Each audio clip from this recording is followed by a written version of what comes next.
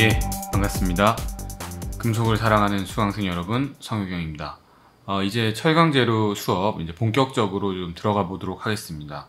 지난 시간까지 배웠던 내용들은 우리가 어떻게 하면 논문을 찾고 좀 특허를 찾고 하는 내용들에 대해서 배웠었는데, 이제는 좀 철강 재료에 관련된 그런 내용도 전달드리고 진도를 나가면서 여러분들이 어떤 식으로 문제를 설정할 수 있는지에 대해서 그러한 가이드를 드리고자 내용을 같이 공부를 해 보도록 하겠습니다. 자, 그러면은 뭐 같이 보시죠. 강의 자료는 첨부되어 있거든요. 그러니까는 전체 강의 자료를 한 번에 제가 다 올려놨습니다. 그러니까는 프린트 하셔가지고 여러분들이 같이 공부를 하시면은 좋겠습니다.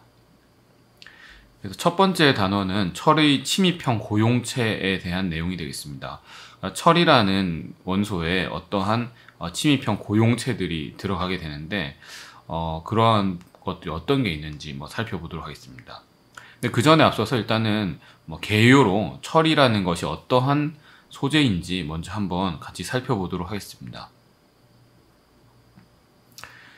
철이라고 하는 거는 아연이라고 우리가 하죠. 그 다음에 원자 번호는 26번, 그리고 아이언이라고 하는 거는 앵글로색슨 영어의 초기 단계죠. 철을 뜻하는 것이고, FE라고 하는 건 라틴어에서 왔습니다. 라틴어 페륨에서 온 게 바로 FE가 되겠습니다. 그래서 보통 이제 아이롱 이렇게 읽으면 안 되고 아이언이죠. 아이언. R은 읽으시면 안 되겠습니다. 아이언이라고 읽으시면 되겠습니다. 이 철은 좀 특이한 것이 우리가 지구과학 시간이나 아니면은 우주 이런 것들 여러분들의 관심이 있다라고 한다면은 별의 합성에 있어서 얻어지는 최종 원소가 바로 철이 되겠습니다. 그리고 이 우주에서도 6번째로 풍부한 원소고, 여러분들이 잘 아시는 것처럼 지구의 외핵, 내핵 이런 쪽은 대부분 철로 이루어져 있습니다. 지각에서 4번째로 많은 원소죠. 제일 많은 것은 산소와 규소가 제일 많은데, 그 이유는 모래가 SiO2와 같은 이런 석영 쪽으로 이루어져 있기 때문에 산소와 규소가 제일 많고, 그 다음으로 많은 것이 실제로는 알루미늄입니다. 그 다음으로 많은 것이 철이 되겠습니다. 그 순서로는 이제 칼슘, 나트륨, 칼륨, 마그네슘 이런 순서로 많이 있는 것이 되겠습니다. 여기 있지 않은 굉장히 또 희귀한 원소들도 많이 있을 겁니다. 철은 지구 전체 무게의 약 35% 정도를 차지하고 있고, 자연 상태에서는 산화물 형태로 존재합니다. 그래서 이 철광석이기 때문에 Fe2O3라던가 아니면은 Fe3O4의 형태로 자연 상태에서 존재하고 있죠. 보통 이제 밀도가 좀 무거우니까 밀도가 한 7.87 정도 되겠고, 녹는 점은 순철의 경우에 꽤 높은 편입니다. 1538도가 되겠고요. 이거를 아예 기체로 만들고 싶다, 끓여버리고 싶다라고 하면은 2862도입니다. 그러니까 순수한 철이 1538도가 녹는 점이기 때문에 여기에 합금화가 되고 다른 원소들이 섞이게 되면은 녹는 점은 좀 더 낮아진다라고 볼 수가 있겠습니다. 여기 있는 게 이제 에펠탑이죠. 에펠탑 같은 경우가 처음에 만들었을 때는 파리와 어울리지 않는다라고 했는데, 지금은 사실 이 파리를 대표하는 대표적인 건축물이 되었습니다. 이 에펠탑도 철로 이루어져 있습니다. 철을 어떤 식으로 발견했느냐? 그래서 3가지 기원설이 있습니다. 첫 번째 기원설은 채광차고설이 되겠는데요. 원래 철기 시대가 오기 전에, 그죠? 청동기 시대가 있었잖아요. 그러면 구리를 사람들이 어떻게 캐오고 재련하는 것들은 알고 있었을 겁니다. 그래서 예를 들자면은 아버지가 아들한테 이제 이야기하는 거죠. 저기 가가지고 저 뒷산에 가서 좀 약간 누리끼리한 그런 색깔 나는 돌을 좀 가지고 와라 라고 이야기를 한 겁니다. 아들한테. 아들이 예, 아버지 알겠습니다 하고 갔는데, 이 청동의 원료는 황동석 Cu2Fe2S4인데, 아들이 아버지는 뒷산 가라 했는데 저기 앞산에 간 거죠. 앞산에 가가지고 여기 무슨, 여기도 약간 구릿빛 나는 그런 돌들이 많네 하면서 엄청나게 짊어지고 온 겁니다. 짊어지고 와서, 아빠, 제가 이제 이 돌을 제가 가지고 왔습니다. 라고 하니까, 잘했다라고 했는데, 불을 떼어봤더니, 아무리 녹여도 녹지 않더라. 라는 거죠. 왜냐면 녹는 점이 훨씬 높기 때문입니다. 그래서 뭐 이게, 철광석이 어디 있는지를 알게 되었을 것이다. 라고 하는 게 바로, 채광 차고설이 되겠고요. 두 번째는 이제 산불설입니다. 그래서 이제 온도가 높게 올라가야 되기 때문에, 산불이 크게 나가지고 온도가 엄청나게 높게 올라가서 자연 상태에 나와 있는 철을 발견하지 않았을까라고 하는 게 산불설이 되겠고요. 세 번째 설이 바로 이제 운석설이 되겠습니다. 운석설은 하늘에서 떨어진 운석에서 철을 발견했다는 설입니다.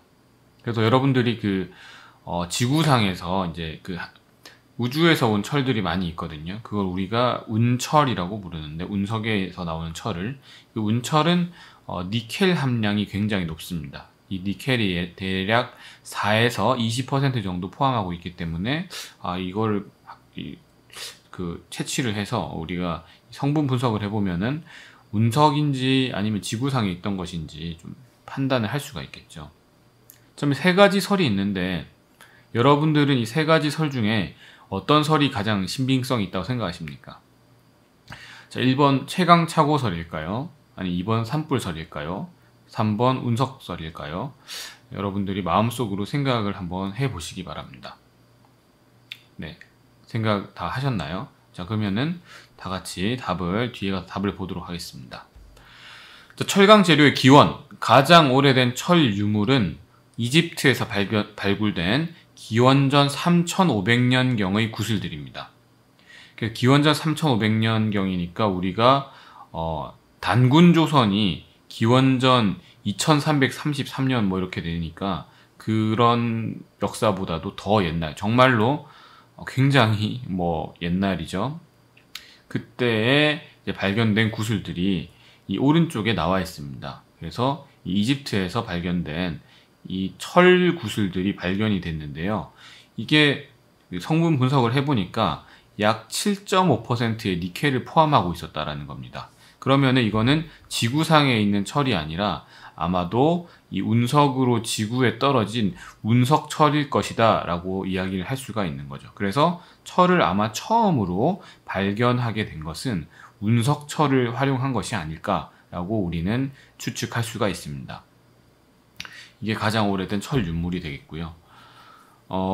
사실 이제 역사적으로 이제 사실 뭐 보게 되면은 아까 우리 이집트에서 발굴된 거는 뭐 선사시대라고 볼 수가 있겠고, 역사적으로는 정말 유명한 그러한 민족 또는 국가가 있죠. 그게 바로 히타이트라는 곳입니다. 히타이트. 인류가 철기 시대로 진입하는데 가장 큰 획을 그은 고대 국가가 되겠습니다. 이때의 시점은 약 기원전 1600년에서 1200년 정도니까 뭐 고조선과 삼국시대 사이 그 정도 되겠죠. 이때 초기에는 철이라고 하는 게 지금과 달랐습니다. 철이 금보다 5배 비쌌고요. 은보다는 40배나 비싼 그런 값진 물건이었습니다. 당연히 이런 귀금속이었기 때문에 무기나 도구를 만들 때는 사용할 수가 없었겠죠. 그러면은 철이 왜 이렇게 비쌌을까요?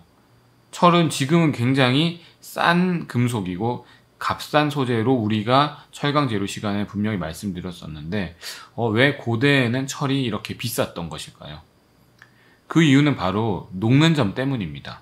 철은 순수한 경우에는 한 1538도, 순수하지 않다 하더라도 한 1400도 정도로 굉장히 녹는 점이 높기 때문에 이 활용하기가 이렇게 재련해서 이제 뽑아내기가 쉽지가 않았던 거죠. 그래서 뭐 지금이야 뭐 여러분들이 이제 여자친구나 남자친구 생겨가지고 이제 커플링 해야겠다 그러면은 커플링 하면 금반지 뭐 이렇게 할 수 있잖아요. 뭐 그래서 금반지를 딱 차고 다닐 텐데, 옛날에는 그러면 금보다 철이 더 비쌌기 때문에 뭐 철반지, 그 다음에 아니면 철 목걸이 이런 식으로 했을 것으로 예상됩니다. 여기에서 나오는 기원전 3,500년 전경의 이런 유물도 철이 처음에는 보석으로 쓰였다라는 것을 보여주는 증거죠. 이거는 이제 무슨 목걸이 같은데 들어간 그러한 뭐 둥글둥글한 그런 형상으로 이제 판단하고 있습니다. 그래서 철기가 발전하게 된 것은 한 청동기 시대 후기인 기원전 한 1500년 경에 본격적으로 이제 시작하게 됐는데, 이 히타이트라고 하는 고대 국가가 이 쇠를 녹여서 야금하는 기술을 굉장히 거의 독점적으로 보유하고 있었습니다. 이러한 철의 야금 기술이 굉장히 이제 중요한 비밀이어 가지고 다른 지역으로 전파되거나 이렇게 되진 않았지만, 히타이트 왕국이 한 1180년경에 멸망하면서 다른 지역으로 전파되기 시작했습니다. 자, 이런 것들이 이제 뭐 그리스나 메소포타미아나 중앙 유럽 또는 인도와 중국 등에 나중에 전파가 되게 된 것이죠. 그러면 이런 식으로 전파는 어떤 식으로 됐을까? 역사적으로 한번 살펴보면요.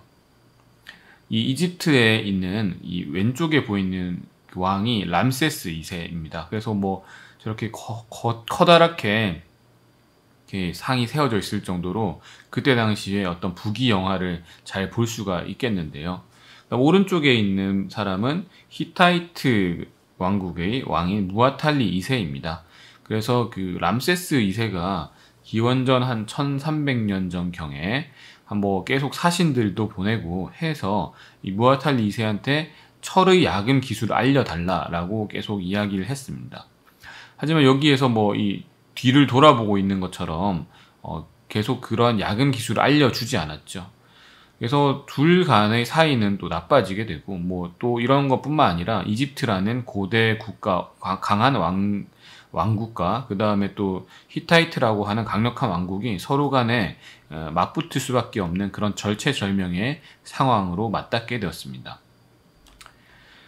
그래서 발생한 전투가 바로 그 유명한 카데시 전투가 되겠습니다. 위치는 오늘날 그 시리아 근처, 여기가 이제 시리아 근처가 되겠고, 이쪽이 이집트 오늘날에, 이쪽은 이제 사우디아라비아, 이쪽은 이제 터키, 뭐 이쪽은 뭐 이라크, 뭐 이스라엘, 뭐 이란 뭐 이런 정도, 그런 중동이 되겠죠.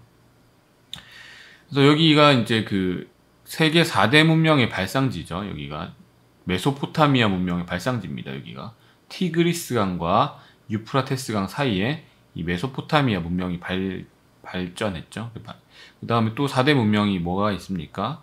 그 인더스 문명, 그 다음에 뭐 그리스 문명, 또 중국의 황하 문명, 뭐 이런 식으로 고대 문명들이 있죠. 그래서 이런 그 고대 문명들 중에서 이제 하나가 되겠고, 근데 뭐 어제 그 위치라는 거죠. 뭐 그때 시절은 아니고, 어쨌든 이 히타이트와 그 다음에 이 이집트가 이 뗄래야 뗄 수 없는 전투를 하게 되는데, 요 위치입니다. 요 위치. 여기가 이제 그 카데시라는 곳인데 엄청난 격전이 일어나게 됩니다. 왼쪽의 그림에서 보시는 것처럼 이 수많은 사람과 수많은 말과 뭐 수많은 군인들이 싸우는 그러한 엄청난 격전이 되겠죠. 그래서 이 역사가 이제 기록이 되는데, 이집트 역사들이 기록되어 있기 때문에 람세스 2세가 자신이 승리했다라고 이제 선언을 했는데, 실제로는 아마 이제 무승부가 아니었을까, 결판 나기 힘들었을 거다라고 보통은 이야기를 많이 하고 있습니다. 전쟁은 얼마나 길었냐면요, 무려 16년이라는 기간 동안 전쟁이 벌어졌습니다.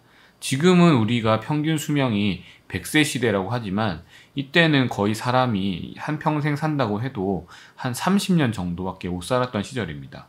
그러니까 16년이라는 기간은 뭐 지금으로 따지면은 거의 뭐 한 5, 60년 동안 전쟁한 것이나 마찬가지이기 때문에 엄청나게 긴 기간이 되는 거죠. 자, 그 다음에 이렇게 전쟁이 일어나고 나서 그 이집트에 이제 철기가 전래되게 된 것은 람세스 3세 이후의 일이 되겠고요. 그 다음에 이 전쟁의 그 여파여서 그런지 히타이트 제국이 나중에 그냥 뭐 다른 해양 사람들에 의해서 멸망되게 됩니다. 그러니까 이 히타이트 제국이 멸망하면서 아이러니하게도 이 사람들이 이제 뿔뿔이 다 흩어 지나가겠죠. 그러니까는 히타이트 제국에서 가지고 있던 그런 철 재련 기술은 전 세계로 퍼져나가게 되는 그런 계기가 되었습니다.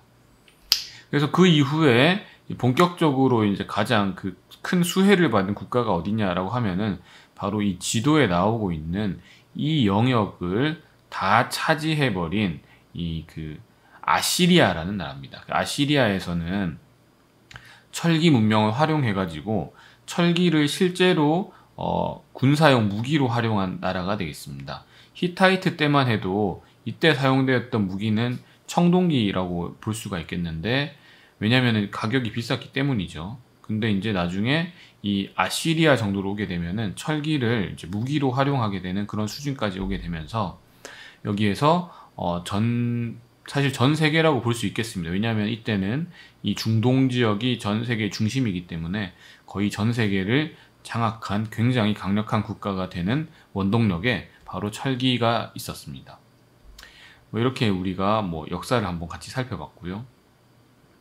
그럼 여기서 중요한 건 뭐냐면 이 사람들이 이 철의 높은 녹는 점 때문에 철을 얻기가 사실은 굉장히 어려웠다라는 겁니다. 그래서 많은 사람들이 오랜 기간 동안 이 철을 얻기 위해서 엄청나게 노력을 해왔기 때문에 그래서 우리가 이제는 철을 쓸 수가 있게 된 거죠. 청동기 시대의 고대인들은 원래 이제 그걸 굴이나 그 다음에 주석을 숯과 함께 가열하면이라고 돼 있죠. 숯은 무엇이 되겠습니까? 바로 탄소입니다. 그래서 탄소를 제공하면서 굴이나 주석 광석을 가열하게 되면은 금속 굴이나 주석이 얻어짐을 터득하게 됐습니다. 이때 이 멜팅 포인트는 한 구리도 1083도, 그 다음에 주석도 232도 정도밖에 안 되고 두 개가 만약 합금화되면 더 낮아질 거기 때문에 이 청동기 시대에서는 여기에서 이 청동을 얻을 수 있는 충분히 그러한 불만 붙이면 청동을 얻을 수가 있었죠. 하지만 철 같은 경우에는 그냥 단순히 불을 붙여서는 철을 얻을 수가 없었습니다. 왜냐하면은 녹는 점이 무려 1535도 정도 되기 때문에 기존의 방법으로는 철을 도저히 얻을 수 있는 방법이 없어서 계속 청동기 시대가 유지되었던 거죠. 그래서 처음에 이제 얻으려고 했던 방법은 무엇이었냐면은 흙이나 돌로 만든 연로에서 목탄을 태워서 철광석을 철로 환원하였습니다. 그래서 흙이나 돌 같은 것으로 이런 식으로 이렇게 쌓아 올려 가지고 연로를 만드는 거죠. 이렇게 쌓아 올려 가지고 이렇게 뭐 하나씩 쌓는 겁니다. 이렇게 쌓아 가지고 벽돌 쌓듯이 이렇게 쌓으면 되겠죠. 그죠? 이렇게 뚝뚝뚝뚝 계속 하나씩 쌓아 가지고 연로를 만들고 이 내부에 이제 뚫려 있으니까 이 내부에서 이제 목탄을 태워 가지고 철광석을 철로 환원하는 그런 과정으로 했다라고 볼 수가 있겠습니다. 그래서 강력한 송풍 장치, 그래서 이제 뭐 계속 부채 같은 걸로 붙이고 공기를 불어 넣어 줬겠죠. 왜냐하면은 잘 타기 위해서는 꾸준한 산소의 공급이 중요하기 때문입니다. 그래서 이렇게 계속적으로 뭐 부채도 붙여주고 뭐 사람들이 뭐 후후 불어주고 뭐 이렇게도 했겠지만, 근데 그렇게 해도 이게 잘 안 됐겠죠. 그래서 이제 이 노의 온도가 이렇게 해도 한 1000도를 잘 넘지 않았다라는 겁니다. 그래서 완전히 녹지는 못하고 철이 조금 녹고 그 다음에 또 조금은 뭐 녹지 않고 뭐 이런 식으로 조금씩 되니까 이 스펀지철, 그래서 어떤 부분은 녹고 어떤 부분은 녹지 않고 해서 구멍이 빠끔빠끔 스펀지처럼 뚫려 있는 그러한 해면철이 얻어지게 됩니다. 자, 해면철을 가지고 이거를 부숴서 가루로 만들어서 쓰게 되는 것이 바로 분말야금의 시초가 되겠고요. 이거를 다시 가열을 해서 망치로 두드리면서 가공을 하는 것이 최초의 단조라고 보시면 되겠습니다. 그래서 이런 식으로 이제 가공을 해야 되는 건데, 지금부터 해면철을 얻은 다음에 이 해면철을 빨갛게 달궈서 그래서 망치 같은 걸로 가지고 이제 계속 두드리는 거죠. 그래서 이 해면철을 계속 여러분들이 TV나 이런 데서 대장간에서 두드리는 거 보는 것처럼 계속 뚱뚱뚱뚱 두드려 가지고 원래는 구멍이 나 있는 그거를 이제 없애주는 거죠. 가열해서 계속 두드리게 되면은 이 두드리는 과정 중에서 그 불순물들이 좀 제거가 됩니다. 그래서 내부에 있는 탄소나 이런 것들이 좀 빠져나오게 되죠. 그러면 충분히 이게 두드려 가지고 다 빼게 되면은 내부에 남아 있는 거는 거의 초창기에 거의 철의 성분에 가까운 것이 그대로 나옵니다. 그걸 우리가 연철이라고 하는데요. 연철은 거의 탄소가 빠져나온 거의 뭐 철의 그냥 기본에 가까운 그런 것이라 보시면 되겠습니다. 당연히 이제 탄소가 거의 없고 그냥 거의 대부분 철로 이루어져 있기 때문에 연한, 그 다음에 연성이 높은, 강도는 낮은 그러한 특성을 가집니다. 그래서 약간 이렇게 높은 강도는 나타내지 않는 거죠. 그래서 사람들이 알게 된 건 이 연철을 가지고 숯불 위에서 구워 먹는 건 아니고요. 숯불 위에서 계속 가열해서 탄소를 흡수시킨, 이게 지금 이야기로 하면은 침탄을 하는 겁니다. 그래서 침탄 과정에서 탄소를 계속 흡수를 시키게 됐고, 그 다음에 물에다가 넣어서 담금질 하게 되면, 담금질이라고 하고, 이거를 지금은 지금도 담금질이라고 하는데 영어로는 담금질 퀼칭이라고 합니다. 퀼칭. 그래서 엄청나게 빠른 속도로 냉각을 시키는 걸 우리가 퀼칭이라고 하죠. 퀼칭이라고 이야기를 합니다. 그렇게 되면은, 캔칭을 하게 되면은 엄청나게 매우 단단한 강철이 얻어지는데요. 이게 나중에 여러분들이 배우겠지만 이때 얻어지는 강철을 우리가 마르텐사이트라고 합니다. 마르텐사이트. 이게 얻어지는 겁니다. 마르텐사이트가 얻어져서 엄청나게 강도가 높다라고 보시면 되겠습니다. 이런 기술을 사실 히타이트족이 갖고 있었죠. 히타이트족도 사실은 그 온도를 엄청나게 높이는 기술이 있었던 건 아니고, 그 해면철이 나왔을 때 다른 사람들은 이거 스펀지 모양 철이네 못 쓰겠네 하고 포기했겠지만, 히타이트에서는 그것을 가지고 높은 온도에서 다시 두드리고, 그 다음에 그거를 탄소에서 이제 그 숯불에서 가열시켜가지고 탄소를 집어넣어 강도를 높이고 또 다시 퀼칭 해가지고 마르텐사이트를 만들면서 이 철을 재련하게 되는 그 기술을 히타이트가 갖고 있었던 거죠.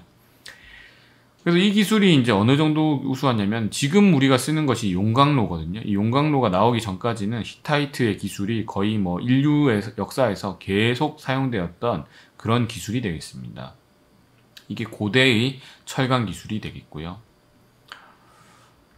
그 다음에 중세로 넘어오게 되겠습니다. 중세로 넘어오게 되면은 아까 우리가 봤었던 그 노에다가 바람을 부는 방법이 개선이 됐겠죠. 고대는 부채 붙이고 그다음 사람이 후후 불고 이렇게 해야 되겠지만, 중세에서는 뭔가 그래도 이게 좀 돌아가가지고 이렇게 하는 그런 부분들이 있었을 거라고 생각합니다. 그래서 노에 바람을 불어넣는 방법을 좀 개선하는 그런 장치들을 만들고 온도를 올리고, 그렇게 되면은 한 1130도 정도까지는 갔다라는 거죠. 그래서 1130도 정도로 갔으니까 아까 우리가 해면철은 한 1000도 정도밖에 안 갔을 때는 해면철이 만들어지는데 100도 정도 좀 더 올라가니까 조금 더 녹을 수 있었던 겁니다. 그래서 이때는 이제 많은 탄소와 결합하게 되면은 결국에는 녹게 되는 거예요. 자, 왜냐면은 탄소와 많이 결합하면 결합할수록 이 철의 녹는 점이 낮아집니다. 그래서 이 순수한 철의 경우 가장 녹는 점이 높고요. 이게 철 탄소 평형 상태도 상해서 탄소랑 많이 섞이면 섞일수록 녹는 점이 낮아지기 때문에, 여기에서 탄소랑 엄청나게 많이 결합하면은 한 1100도 정도에서도 녹을 수가 있습니다. 그래서 많은 탄소랑 결합해서 엄청나게 많은 탄소죠. 그러니까는 그 비율이 어느 정도 되냐면 한 4% 정도까지. 그래서 탄소가 거의 전체의 4% 정도나 들어가야 그러면 녹는 점이 낮아져서 녹게 되는 겁니다. 그때 만들어진 철을 우리가 뭐라고 하냐면은 바로 주철이라고 합니다. 주철, 캐스트 아이언. 이게 바로 주조의 첫 시작이죠. 그래서 우리가 보는 게 아까 앞에서 이런 해면철을 부숴가지고 갈아버리면 분말야금이고, 그 다음에 해면철을 두드려 버리면은 단조, 소성 가공이고, 이제는 다시 주조를 해서 탄소를 많이 넣어가지고 결국에 녹여서 만들면 그게 바로 주조가 되는 겁니다. 그래서 이런 주조 공정으로 온 게 사실은 쉽지가 않았죠. 그래서 사람들이 굉장히 열심히 노력을 해서 그래도 숯불에 오래 놔뒀더니 좀 잘 녹더라 라는 것을 알게 된 겁니다. 그래서 이렇게 되니까 거푸집은 이제 붕어빵 틀입니다. 그래서 붕어빵 틀에다가 주물을 계속 부어 넣게 되면은 똑같은 것을 대량 생산을 할 수가 있겠죠. 그래서 이런 부분들이 중국이나 유럽에서 시작되었습니다. 하지만 이 주철의 단점은 뭐냐면 탄소 함량이 어쩔 수 없이, 그러니까 우리가 녹여야 되니까 탄소를 많이 넣을 수밖에 없잖아요. 탄소 함량이 3.7, 4.3 정도 높기 때문에 저 정도 탄소가 많이 들어가 있으면은 강도는 높지만 잘 부서지는 철이 되겠습니다. 그래서 우리가 뭐 조금 충격을 줘도 잘 부서지기 때문에 저 철을 가지고 사용하기에는 또 쉽지 않은, 그래서 조금 더 개발을 해야 하는 부분들이 있었다라고 볼 수가 있겠습니다. 중세의 제일 중요한 발명 중에 하나는요, 바로 용광로입니다. 그래서 그 용광로라고 하는 것은 기본 개념은 간단합니다. 자, 여기에서 이러한 통이 있는 거예요, 통. 하나의 통이 이렇게 있는데, 지금까지는 뭐 바람을 불어넣고 그 다음에 뭐 온도 불 때우고 올리고 하는 것 엄청 고생했는데, 용광로는 어떻게 하냐면 바람이니까 색깔을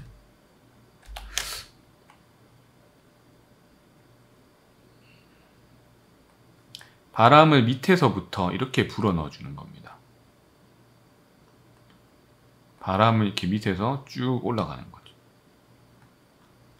그 다음에 그 철광석이나 여러 가지 필요한 것들 있잖아요. 철광석이라던가 용제나 석회석이라던가 뭐 이렇게 필요한 애들은 위에서 떨어뜨리는 겁니다. 위에서. 여기로 떨어지겠죠. 자, 그럼 내부에서 어떤 일이 일어납니까? 내부에서 저 두 가지가 만나게 되겠죠. 그래서 만나면서 굉장히 중요한 시너지 같은, 만나서 계속 반응을 하게 되겠죠. 그죠? 그래서 내려가면서 철광석이 환원이 됩니다. 보통 일반적으로 이제 환원이라고 하면 그 전자를 얻는 것이 되겠고, 그 다음에 산화라고 하면 전자를 잃는 것이 되겠습니다. 근데 이제 그 철광석에서 생각해 보면은 Fe2O3 뭐 이런 식으로 있을 때 Fe2는 2가 플러스 3가 플러스 이렇게 있겠죠. 그래서 양이온의 형태로 있는데, 여기서 만약에 이 산소를 잃게 되면 철이 양이온이었던 것이 그냥 철이 되니까 전자를 얻는 것이 됩니다. 그래서 전자를 얻는 행위가 환원인데 산소는 잃어버리는 거죠. 그 다음에 철광석의 산화에 있어서는 가만히 철이 있는데 산소를 얻게 되려면은 자기가 원래 가지고 있던 전자를 뺏기고 양이온이 되어야만 산화가 되겠죠. 그래서 산화라고 하는 것은 산소를 얻기도 하지만 전자를 잃는 것. 그래서 원래 정의는 이제 전자를 가지고 이야기를 하는 게 맞고요. 근데 이제 단순히 이제 이해하기 쉽게 하기 위해서는 산소를 가지고도 이야기를 할 수가 있습니다. 일단 어쨌든 환원이 됐다라고 하는 거는 산소가 없어졌다라는 거죠. 그래서 이제 산소가 뺏기니까 철만 남는 겁니다. 철에서 이제 제일 어려운 부분이, 자, 철은 이제 뭘로 있냐면은 Fe2O3 이런 걸로 있단 말이죠. Fe2O3 또는 Fe3O4 이렇게 있습니다, 보통. 그러니까 이건 안 그래도 철에 녹는 점이 어떻게 됩니까? 1530도 정도 된다 했는데, 이거는 게다가 뭡니까? 세라믹이죠. 세라믹은 도자기 굽는 거랑 똑같죠. 그러니까는 굉장히 녹는 점이 엄청나게 높습니다. 이 높은 것을 녹이는 게 정말 어렵죠. 자, 여기에서 이거를 녹여야 되니까, 이거를 녹이기 위해서 여러 가지 뭐 연료나 뭐 용제나 이런 게 들어가는 겁니다. 일단은 뭐 녹이는 것도 그렇고 이제 석회석 같은 것들을 들어가면은 그 CaCO3 이런 거 들어가니까 이 산소랑 결합해 가지고 뺏어내려고 하고, 그래서 산소를 뺏어내면서 그 다음에 여기에다가 온도도 높아지고, 그러니까는 용융된 철이 이제 아래로 이제 내려올 수 있는 그러한 구조가 바로 이 철광석이 용광로가 되겠습니다. 이 용광로에서 나오는 철을 우리가 보통 이제 선철이라고 하고요. 피그 아이언이라고 합니다. 그래서 그 포스코 같은 데서 처음에 우리가 만들었을 때 처음에 그 용광로에 나오는 그 철을 우리가 선철이라고 하거든요. 그래서 그거를 보통 피그 아이언이라고 하고, 요때도 탄소 함량은 당연히 높습니다. 왜냐하면 탄소 함량이 높아야 용융이 됐겠죠. 그래서 이렇게 만들어질 수가 있고, 이 선철을 잘 활용하게 되면은 다른 것들도 또 만들 수 있으니까 가장 중요한 정말 기본이 되는 엄청나게 큰 발명이다라고 볼 수가 있겠습니다. 그래서 용광로를 발명했기 때문에 우리가 이렇게 윤택한 생활을 또 살 수 있는 것이다라고 이야기를 해도 사실 과언이 아니다라고 볼 수가 있겠습니다. 현대로 오게 되면요, 철강 생산을 위한 연료에서 처음에는 목탄을 사용했습니다. 자, 목탄은 그냥 뭐 나무죠. 나무는 이제 수분도 많이 포함하고 있고 그러니까 이 목탄보다는 석탄을 쓰게 되면은 훨씬 더 좋죠. 왜? 석탄은 이제 수분도 거의 없고 탄소 위주로 많이 들어있기 때문에 목탄에서 석탄으로 넘어오게 됩니다. 연료로. 근데 석탄은 또 유황 성분이 있거든요. 설퍼. 그래서 유황 성분이 S 같은 게 들어가면 여기에서 뭐 다른 철에 들어가는 뭐 망간이나 이런 것들이랑 결합해가지고 망간 설파이드 이런 거 만들면 굉장히 브리틀한, 굉장히 취성의 2차 상들을 그 철강 내에 만들어 놓기 때문에 여기서 막 균열이 막 발생할 수 있거든요. 그래서 이 설퍼는 적을수록 좋습니다. 그래서 뭐 보통 적으면 좋은 게 인이라던가 황은 적으면 적을수록 좋거든요. 무조건. 그래서 이 탈황을 해서 유황 성분을 제거해가지고 만든 게 바로 코크스가 되겠습니다. 코크스는 이제 그 독일 쪽에서 이렇게 쓰고 콕스. 영어로는 코크스가 이제 그 코카콜라의 스펠링과 같죠. 콕스. 그래서 1700년대 초로 오게 되면은 많은 사람들이 이제 뭐 목탄이나 석탄보다는 코크스를 주로 활용을 하게 되겠고요. 1800년대 초반으로 오게 되면은 용광로를 예열하는 방법이 나와가지고 효율이 엄청나게 증대됩니다.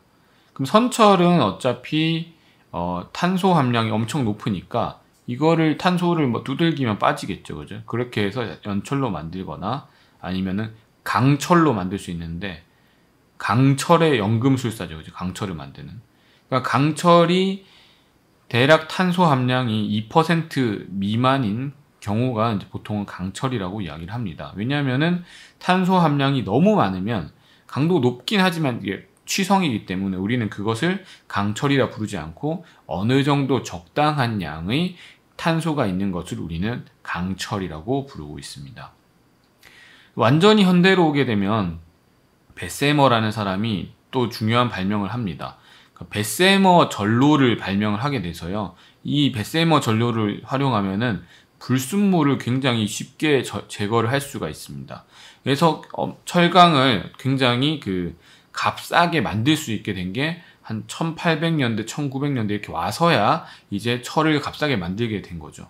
그럼 산업혁명은 왜 가능했느냐? 바로 이 철을 간단하게 쉽게 만들 수 있었기 때문입니다. 만약에 우리가 철을 재련하는 기술, 용광로나 전로 기술이 발명되지 않았다면 이 산업혁명이 오기는 힘들었을 겁니다. 왜냐하면은 이 철이 있었기 때문에 그 기차를 다 깔고, 그래서 그 기차가 다니고, 그 다음에 기차가 다니기 시작하면서 물류라는 게 생기고, 사람들이 서로 교역을 하면서 엄청나게 발전을 하게 된 거죠. 그래서 철강 재료가 없었다면 우리 인류는 지금도 그냥 뭐 단순히 농사를 짓고 살았을 수도 있습니다. 그래서 철강 재료의 발전이 인류 역사에서 정말 중요한 부분이다라는 거 꼭 명심하시기 바랍니다.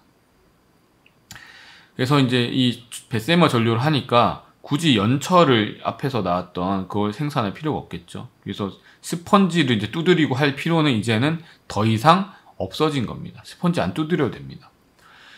19세기 후반으로 오면서는 더더욱 기술이 발전돼서 합금강들을 만들기 시작합니다. 그래서 이건 합금 원소, 철에다가 되게 다양한 원소들을 집어넣는 겁니다. 요리로 비유하자면 단순히 그냥 여러분들이 라면을 끓였는데 그 이후에는 이제 앞으로는 뭐 마늘도 넣고 파도 넣고 그다음에 뭐 청양고추도 썰어 넣고 하면서 훨씬 더 맛있게 할 수가 있겠죠. 그런 식으로 만든 게 바로 합금강인 겁니다. 철도 그냥 철만 있는 게 아니라 다양한 합금 원소들을 넣어서 훨씬 더 우수한 특성을 나타낼 수 있도록 한 것이 되겠고요. 철의 가장 큰 단점이 사실은 부식입니다. 부식. 그러니까 잘 녹슨다라는 거죠. 그러니까 왜 잘 녹슨겠습니까? 산소랑 친하기 때문이에요. 그러니까 산소랑 친한 게 다 문제가 되는데 처음에 우리가 철을 얻기도 굉장히 힘들죠. Fe2O3나 Fe3O4에서 이 산소를 떼내는 과정이 필요한데 또 나중에 우리가 산소랑도 잘 결합을 하는 겁니다. 철이. 그래서 산소랑 잘 결합하는 부분들 때문에 녹이 잘 쓰는, 부식이 잘 되는데 이걸 해결하기 위해서 만든 것이 이 스테인리스 강이 되겠습니다.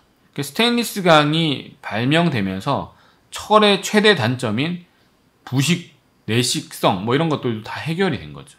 부식성이라고 하면 부식 잘 되는 성질이고 부식이 잘 안 되는 성질을 우리는 그러니까 내는 레지스턴스라는 거거든요. 잘 안 된다. 내식성을 향상시킨 겁니다. 스테인리스 강의 개발로.